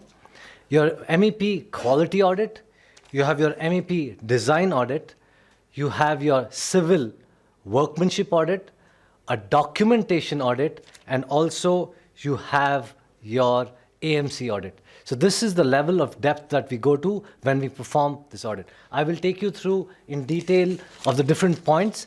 Then I will invite Mr. Suresh to explain some of the different points that I have had here, so that it gives you a better understanding about, instead of me just speaking without showing you cases, right? An MEP quality audit, on a very high level, we look at the quality of what has been installed. So your jockey pump, your hydrant main pump, your diesel engine pump, your sprinkler system, as an example. We also look at your STP, which is a concern for a lot of the folks here. We look at the STP, we go down to the level of your air blowers, your sludge pumps, your screw pumps, etc. So we go down to that level to make sure that whatever has been handed over to you is functional and is desirable to the level of your, your requirement. This is not only with plumbing, we also do with electrical, and we also do with firefighting and anything else that is as a part of the system. Then we do what is called the MEP design audit.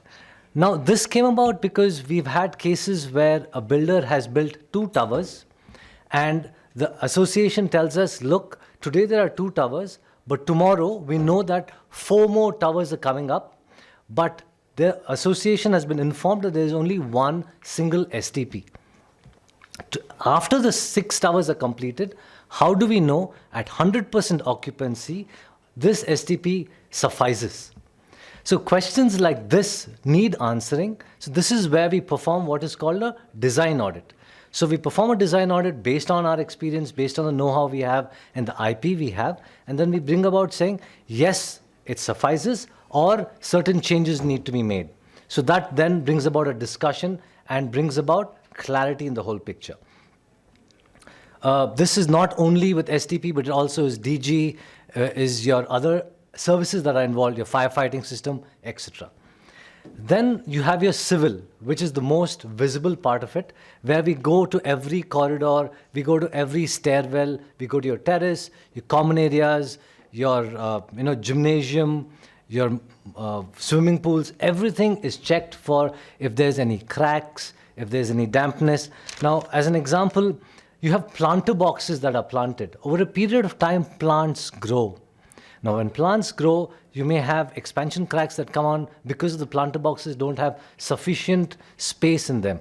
You may have missing weep holes in retaining walls. We've seen a lot of cases where the compound walls inside has been plastered and the outside has been left unplastered. Now, these kind of things are only checked when a professional engineering consulting firm like us come and look with a fine-tooth comb about different aspects of things. There could be tie bands missing. If there's long compound wall, there could be tie bands. So these are things that are required to be brought out. These things are what are highlighted, and a visual technical report is given to you, which is then can be handed over to your builder.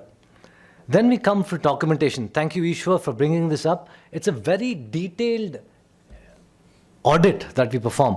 The last project that we were doing, the number of documents was so voluminous that we had to engage a tempo to bring all the files to our office and perform the audit. Now, that is the level that we go to perform an audit of the documentation. It is not a simple documentation. We give a very detailed list once we engage with you to tell you what you need to ask and what is mandatory for you. This goes down to the level, and we have a grid that we maintain, and we keep updating this once we get it. Not only do we tell you the efficacy of the details, but we also tell you if something is missing and what needs to be done so that the gap is then bridged, right? So this is the documentation that we think. We ask for your, another example is your as-built drawing. That is something that is very much needed. An as-built drawing, for those who are not in the know, is a representation of the completed project as built drawing. The word in itself speaks. Now, if you don't have this, if something goes wrong tomorrow, where are you going to dig? How are you going to know where conduits are? How are you going to know where your plumbing lines are? You don't know any of this. So this is something that is required. And this is what Iswar pointed, that list was only 1% of what we ask our customers to get. It's a very detailed, like I told you, we needed a tempo to get all these documents. The second and the other point, that the fifth point is AMC. He mentioned it. Yes, there are a lot of services that require an AMC. What we will tell you when you engage is these are the different services that require an AMC. Have all the services that require an AMC got it? If you have got it, what is the efficacy of the AMC? Is the company that has got the AMC performing the task to the required manner, to the required depth, the frequency? Is it being done what they are promised is happening, right? So this is where we engage with you and provide a detailed report. We've had more than 25 different associations where we've performed an audit. It varies from 100 apartments all the way to 3,000 apartments. What we've done is we've captured data and we've baselined it to apartment associations with 500 units, because otherwise you can't compare apples to apples. So you baseline with 500 units per apartment complex.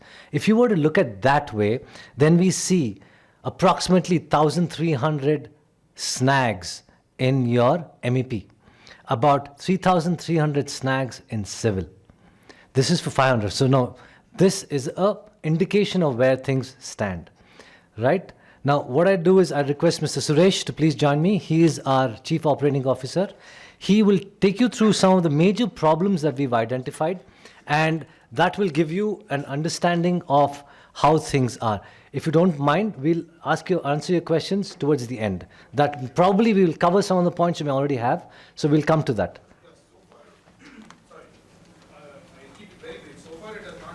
Are you not including utilities like auditing, BESCOM, BWSSB, Karnataka State Pollution Control Board? Those are these in your scope? Yes. Have we got the right load? Have we got the Yes, right? it is part. So far, those names did not figure. We won't mention the names because your MEP. Let's keep the questions. That's what I'm saying. You don't have to answer it immediately. If you're covering it, I'll wait for it. No, I will answer that so that otherwise it'll still keep running in your mind. MEP, that is electrical, plumbing, all of that parts of the MEP services. So that comes under the MEP audit, right? Mr. Suresh. Good afternoon, everyone. I'm Suresh, CEO of Namadi. I have more than 40 years of experience in this line. And I'm just going to take you through some of the unique snags we found when we keep doing audit. And no offense to the builders present here. There are very good builders, there are average builders. These pictures have been captured across the spectrum of the projects we inspect. To start with, so this is a case of a cable gland earthing, not done in the diesel generator. Normally, everybody knows when an equipment is installed, the body of the equipment is earthed. But what they don't know is the cable which connects, which is an armored cable which connects to the body, that gland need to be earthed. In many cases, we find that that is not done. So it's a serious safety issue in the long run. It goes unnoticed. Unless a professional looks into all this, he will not unearth these things. Here is a case where the panic bar, if you look at this, there's a door where in case of a fire escape, it need to have a bar which runs across the width. And in case of fire, there is a smoke-filled room. When you try to rush out, you need to find out where the handle is to open the. For that purpose, they provide what is known as a panic bar, which runs across. You might have seen in the hospitals or in high-rise buildings. So that panic bar is missing in this. So unless you have this, this becomes a serious safety issue in case of any calamity. Here is a peculiar case. If you look at the place where it's circled, the earthing strip has been provided, but unfortunately it is not continued. So we feel that we are safe, but earthing strip is there, but there is a discontinuity. So not that someone's done intentionally, it's some workmanship defect, which we unearthed by going through in detail. Here is a case where the plumbing line and electrical lines have got mixed up. I don't know what is the purpose, but if you look at the left side circle, the plumbing line is supported and along with that the electric lines have been run. So this is a no-no. For an obvious reason, you can't run the electrical wires by the side of a water pipe. So on the right side circle, if you look at that, there is a support from the top, it is suspended down. And if you look at that, it has not been properly supported. There are, what I would say is insufficient support. So in the long run, these things will give away and cause problems. And this is a case of a lift control panel. Even I was shocked when I looked at the picture captured by our engineer. I jokingly call it a pot of noodles. God knows which wire goes where. And in case of any emergency, if you want to address something, just impossible. You can't do that. A proper way to do this is a proper cable dressing, and that is done in a very shabby way. And needless to say, what all problems it causes. Here is another case of a fire hydrant system. If you look at that, it was inside a cabinet. Cabinet was well locked and sealed. So unless we go and open inside, you feel that you are fully protected. If you look at this, only the spindle is there and the water wheel, the wheel to open the valve is missing. Someone has intentionally or unintentionally not put it there, and in case of fire, God forbid, it shouldn't happen. If you open and you don't find a wheel, you can't open the water for quenching the fire. So, and here is another case where earthing metal strip, when I looked at the photo sent by my engineer, I thought they left out some embedded metal strip. But later he explained to me from site, it's actually a earthing strip coming from the lightning arrestor from the building top that has been shabbily left out. And there is every case that somebody thinks it's some projecting metal and cut it off. So you know what happens if that is done. Here is a case where a sewage line was let into the open drain. If you look at the circle point, if you carefully go through, you'll understand that sewage is opening into the open drain, which is a total no-no, as everybody knows. So as I was telling you, unless you get into the details and go in, and you will not observe all these things. You could talk about whether it's a criminal offense. Letting a sewage in an open drain is an offense. I think most of us know about it. So the association, in case of any inspection by the Pollution Control Board, you will be hauled very badly. It's a criminal offense. And water leakage in basement, this is a case of leakage causing the rusting of the reinforcement. We call it, as in civil engineering terms, spalling, because any water entering into a concrete structure, which will corrode. Moment the corrosion occurs, the iron which gets oxidized, the volume is more. Ferrous oxide is bigger in volume compared to the basic iron. So because of that action, the pressure is exerted on the covering of the concrete, and then it will have a bursting effect. And that's what you have seen here. The concrete cover has got burst out. We call it a spalling. And the moment it occurs, it initiates a spiraling or vicious circle of corrosion and further corrosion. So usually in the initial stage, you will not notice it, but over a period of time, it rapidly decreases the life of the building. So the timely care is required. So initial stage, you require an expert to look at these things and warn you about this. So I have just shown you all the bad pictures. So I should give due respect to people who have done a good job too. So that's the reason I thought we'll collect some good practices what we have observed.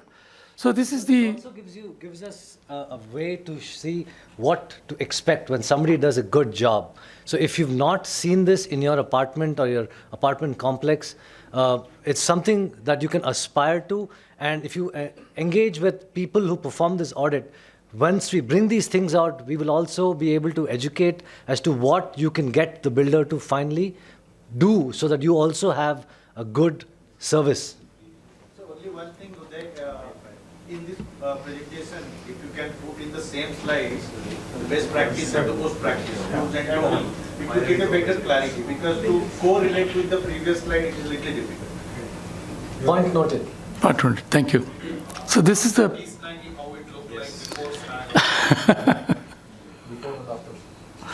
So this is a picture of a firefighting pump room. So you can see everything is in place, well painted and well labeled. And this is the basement of a particular complex, where I was really impressed. I took this picture because look at the piping that has been done so well, and the supports, and very well organized, you know. And even every pipe was labeled properly. So you know, in case of maintenance, which pipe is coming from where and where it leads to. So that will not only look good, but it also helps in maintenance. And this is the picture. My colleague couldn't resist from taking so many pictures. Ms. Divya is there in the picture. And look at, this is a water treatment plant in an apartment complex. It is so well, if you look at the flooring, you can see the reflection of the equipment. So neatly maintained and so well constructed. And this is another picture of a very good STP. So even if, the same way, if you look at the left side, the flooring is so neatly maintained. It was really unbelievable without a little even bit of stink. And this is the terrace of a complex where the expansion joint was very well done and covered. So normally where we see is expansion joints are not well maintained and cause a lot of leakage and cause a lot of issues. So this is a case where it was done well and covered neatly. So these are some of the good practices which we came across, and I thought we should highlight this. Over to you. Thank you. There are a lot of questions about is this something that's prevalent? Have associations engaged third parties to perform this audit?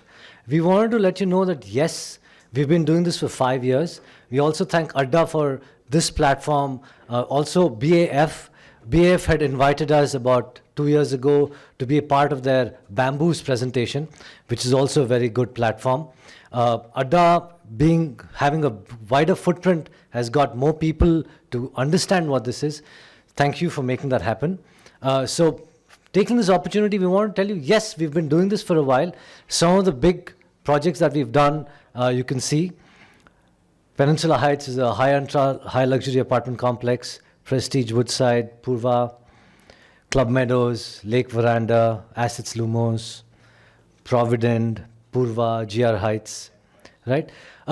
This is the management team. The reason why I'm showing this is to indicate that we are not fly-by-night, run-of-the-mill organization. We come from a lineage where we have experience in what we do. Mr. Suresh, for example, has over 40 years of experience. Mr. Prakash, who's the chairman, has got over 50 years of experience. I myself, over 20, 25 years experience. So we bring in a lot of experience, a lot of IP to the table.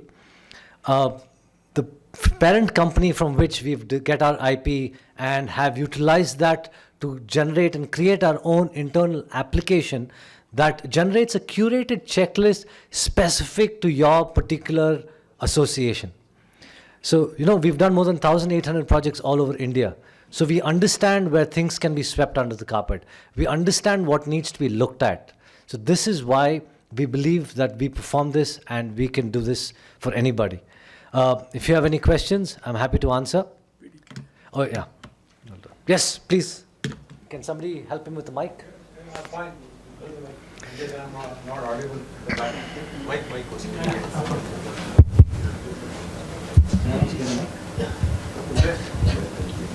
We'll just take 2 questions. We have a panel just after this. Sure. All the question answers at 3 o'clock. My question to you is that, you take care of the audit of housing association or the equipments and other things. Okay, thinking that you gave a report on the snacks which has been observed and, what actions needs to be taken from the association part of it. That is one part of it. But thing is that, would you be able to estimate and, give us what could be the cost of repairing or who can able to do the rectification part of it? From the solution perspective? Since the builder is still in the picture. I'm not talking about builder handover or something. I'm talking about in general. Because no, association is running the thing. We have the capacity to do that, but that's not only highlighting the issues part of it. You have to do this solutions, recommendations, estimates, and who can able to do. Probably referring a vendor who is capable of rectifying these things. We have the, We have the capacity to do what you've asked. You're asking for quantification and you're asking for also vendor shortlisting and execution of work. We have the capacity to do it. The question is whether we want to do it and whether anybody is looking at engaging with us. We have the capacity to do it. Now, we are a sister concern. Yeah. Somebody can get a mic to these gentlemen. Do you also work with builders? When builders want to hand over to us, do you provide services? We don't engage with builders. We've always engaged with a resident welfare association. Sorry? That's part of your terms and conditions. That is what we do, because once you talk to us, we work with the Resident Welfare Association. The way that we started originally was we started providing the service to individual customers, helping them take, I think you were a customer of ours. Once we started doing that, we realized that there are about 200, 300 individuals who said, why don't you help us take over? So it was a natural iterative process where we said we will help a Resident Welfare Association take over. So we only deal with end customers. Just, I think we are... Make a snagging. After that, if you hand over to builder and builder denies to do it, it is like that only, it will remain like this. Then how we fight with them, and whether you have the certifying body or if you put a legal suit to them, in that case your inspection report, whether it will hold that stand or not. One, we have no locus standi with the builder. We only deal with the Resident Welfare Association. So the report... Oh, making list is not easy, sir. Please come and try and do our job. Making list is not easy. Oh, we are not blaming them, sir. Blaming is when you are asking for a snag list saying this is not good as per this one. You are justifying that the cable tray is running, the cable tray is running along with the plumbing line. So what is the cause of that and how we have to fight with them? We tell no, this will run on the same line. There is a national building code and there is a Bureau of Indian Standards which need to be followed. If you please allow me to speak, sir, I'll be able to answer your questions. Once a report is given, I will also give it to Mr. Suresh, who will be able to answer more. Once a report is given, this is a technical report. This is not a subjective report. This is based on the Bureau of Indian Standards. This is based on the National Building Code. And once the report is given, it has got in it everything that needs to be shared in a technical manner, which when handed over to a builder or a builder's representative will know what to do. To complete, we have completed this. We have had a lot of associations come back to us after 3-4 months where the builder has completed all the works that were identified, and we have completed de-snagging in the case where the builder have been able to, as Mr. Saxena pointed out, obviously everybody is human. They won't be able to attend to over 100%. They come to 80%, 75% of the works. It is up to the Resident Welfare Association Management Committee and the projects team on the builder's side to sit down, have a conversation and say, yes, this is okay. That is what we do. To complete, I'll let Mr. Suresh add. Yeah, as you said, yes, our report is totally technical and it's not subjective. Something is broken, it's broken. Something is not working, it's not working. If it is not as per code, yes, they have to do it. And if they refuse to do something, that's a dispute. We are engineers. Dispute has to be dealt in a different way. Definitely, yes. When we find out something, we stand by our inspection. We do support that.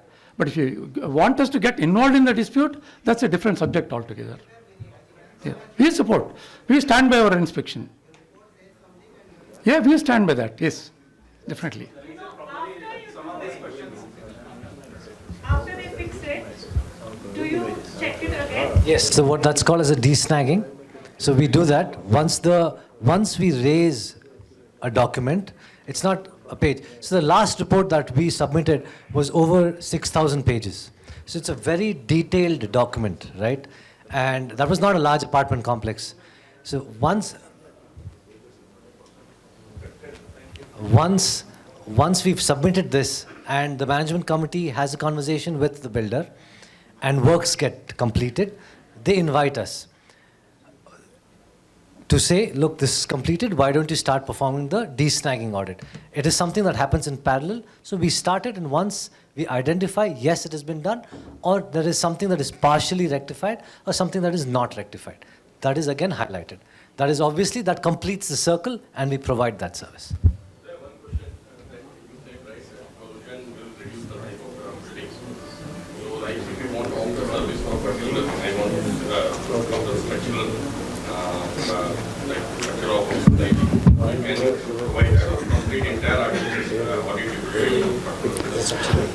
See, what we do is a workmanship audit, basically. And structural audit, in civil engineering terms, the structure has got a different connotation. Structure is all the slabs and the beams, the columns. So that is a forensic audit that we do not do. There are specialized agencies who do that.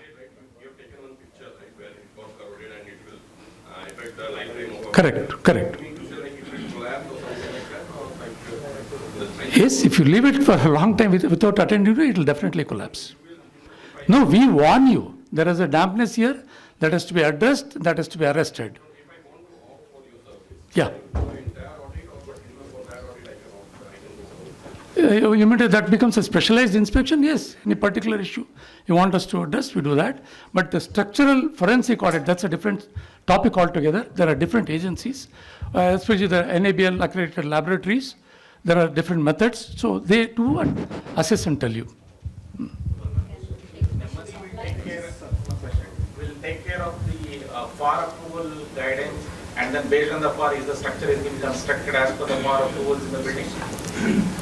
Is the MRD will take care of inspection of the buildings. Check with not OC, I'm talking about the FAR, floor area ratio is the FAR. Is that also falls under MRD? No, it's not in the regular scope. If you want it, that can be done. One more question. No, this is very important for me. Do you have any list of any prerequisites before even I get into an audit like this? How soon is too soon? How late is too late? Okay, I'm running association, we're conducting elections, 4 AGMs done now, but still we are not taken over. Let's say, how soon is too soon? Is there any prerequisites say, okay, you are too soon, it's too early for you to do this kind of an audit? Do you have any such list? It's never too late. You can always get an audit done. The minimum requirement that you need to have is as he was mentioning, had an ad hoc committee so that there is an association of people who can engage with us. Because we cannot engage with an individual, it has to be a representation. Second, if you have been running an association, it's not an issue. Since it's not yet taken over from what you say from the builder, we can always do that. Not an issue. I think let's continue after this because I think we need to have a discussion. Thank you very much, everybody. Thank you. Lovely.